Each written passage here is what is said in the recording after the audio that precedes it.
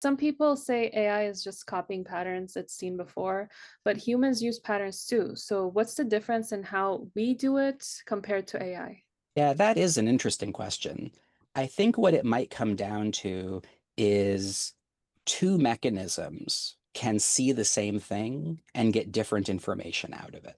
There's a somewhat classic experiment in psychology where you give people the positions of chess pieces on a board and their task is to memorize the position of those pieces. Even talking about two humans doing that task, you can get vastly different performance because those people are coming at that problem in vastly different ways.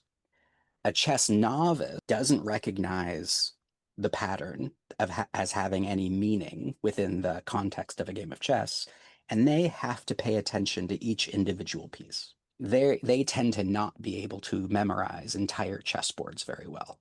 Chess masters who are able to look at that same amount of information that objectively is existing in what they're seeing, and they're able to pull out an inference about it. They're able to see a certain thing in it that compresses the information enough that they're able to capture the entire position set on the board and, in fact, do multiple of those. They're able to remember multiple chessboards because they can recognize it as a particular arrangement that you would get if two people had played it to this outcome.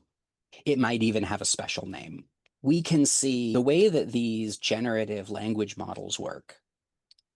They take the words that you write to them in a prompt and they break it down into individual words. They break it down into what are called tokens, which are sometimes collections of words. And they essentially assign that a number and they plug that into their model to predict what those next words will be. That's not the way that we use language.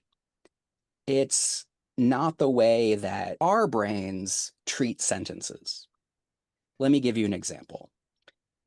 If I asked you what time is it in the context that we have now, you would probably look at the clock on your computer or the watch that you have on your wrist and just tell me the time.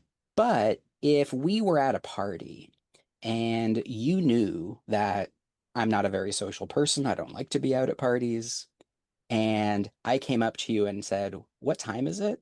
You might infer from that that I was feeling like I had been there long enough and I would like to go. Now, that inference is not going to be made by ChatGPT, right?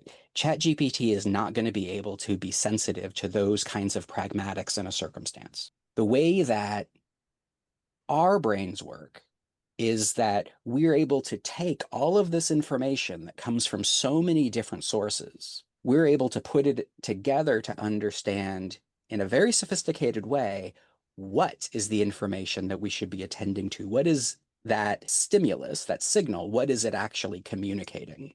That is just leagues beyond the information that ChatGPT is pulling out of a sentence and the way that it's producing language.